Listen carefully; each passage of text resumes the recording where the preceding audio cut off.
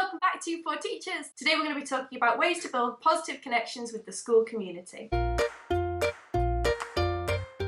In the early days, when you first have your class, first communication you want with each and every parent is something really positive, I would say. You don't want to wait until after a couple of weeks if there's been a problem with that child. You don't want the first email you send to the family to be a negative one. So make sure you build those positive connections early on. Point number 2 is going to be really acknowledging who the children are and what they're all about. Maybe those children might have an achievement in a sporting area, or maybe they've won a medal for something. You want to be showing an interest in those children and letting parents know that you really want to get to know them over the year. I think the best way to interact is at the door, so whether it's in the morning or at pickup time. On the flip side, if you don't see that parent very often, email's great, phone calls work really well as well. I got so many positive responses from parents when I called and just said, your child's been really fantastic in school today, I'm really impressed. It is nice to know that you're not calling for something negative. Yeah. Actually, I'm calling for a really good reason. I think they get worried. Yeah, parents you can hear them physically relax and they go, oh wow, this is what the call is about. You're going to be working with them for the whole year. Don't make the first interaction you have with parents to be parents' evening at the end of the year where you sum up the learning. It's one of the most helpful things that you can do at the start. I really enjoy getting to know parents at the start and families. I think they're really good at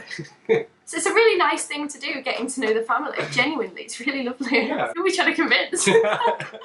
Point number 3 is arranging something really fun and involving for the families of your children. In our old school, we actually arranged a parents versus teachers rounders game. Sounds a little bit strange, but it was actually really, really fun. Teachers are not always just behind the desk or in front of the whiteboard doing the work. I've heard of some schools arranging pyjama reading days where the children will come in and spend some time with their families, and you can show them how to do reading interventions. Offering support and professional development for parents and showing them how you do things in class can be a really effective way of bonding with them, and also a really effective way of showing that you're part of the school community and that you want to offer something a little bit more for families. And number 4 is to find a sharing app to make an e-journal or a portfolio of work so that you can send that directly to parents. We use an app called Seesaw, which is really popular in schools at the moment. It works really well that you can take a photo, you can send it straight to the parents, and they can add their own comments about what they like about it. And it's just a really great way of sharing what's going on in the classroom. Upload a photo and it's there, immediately ready for parents to see. I like to try and update mine every day. Do you? Yeah, I think parents really like that communication. So whether it's a whole class picture or a whole class project that you're working on, just take a few quick snaps, or whether it's something specific in your child's book, you can send it straight to them with a comment and say, well done, I really love this piece of writing. Parents always say that they ask the children, what have you been doing today? And they've forgotten they completely. Get a shrug, They've got no idea. They say, I had spaghetti for lunch, and that's kind of all they think thinking a about. bird flew in the classroom. Yeah, and it it's was always so the exciting. thing that you don't want them to focus on as well.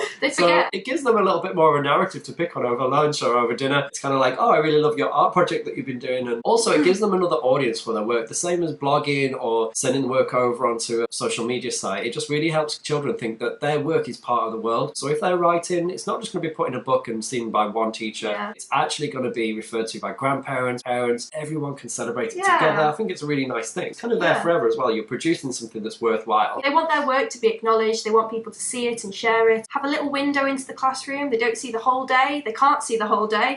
They might not want to see the whole day. But it's really nice just to give them a snapshot of what's going on in your classroom. Point number 5 is to offer something a bit more constructive and offer support for families to come into school and do a little bit of training, perhaps learning early phonics. Numicon, how to use it in classrooms. Maths calculation policies. Apps that you might have used in class, show them how to use it. Anything that might be different to what they learn at school. It's something that parents often say, I just don't understand the calculation policy, I don't understand the maths they're doing anymore. You can upskill parents, you can train parents, which indirectly may affect your own teaching progress. Something that I did in my old school was I arranged a reading group for parents, and we came in and it wasn't murder mystery.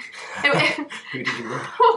It was like a whodunit mystery project. The parents had to try and work out who had done this. We collected evidence, we used inference skills, and I taught the parents how to do this with the children, so they would go home and continue the project and bring their findings back. And it was so exciting. The parents really loved it, and I know that parents and families appreciate this so much when you put the time in, so it's really, really worth it. If you've got any more tips, then do add them below in the comments. If you're enjoying the content that we're putting on For Teachers, please consider clicking the subscribe button. Thank you for watching. Bye.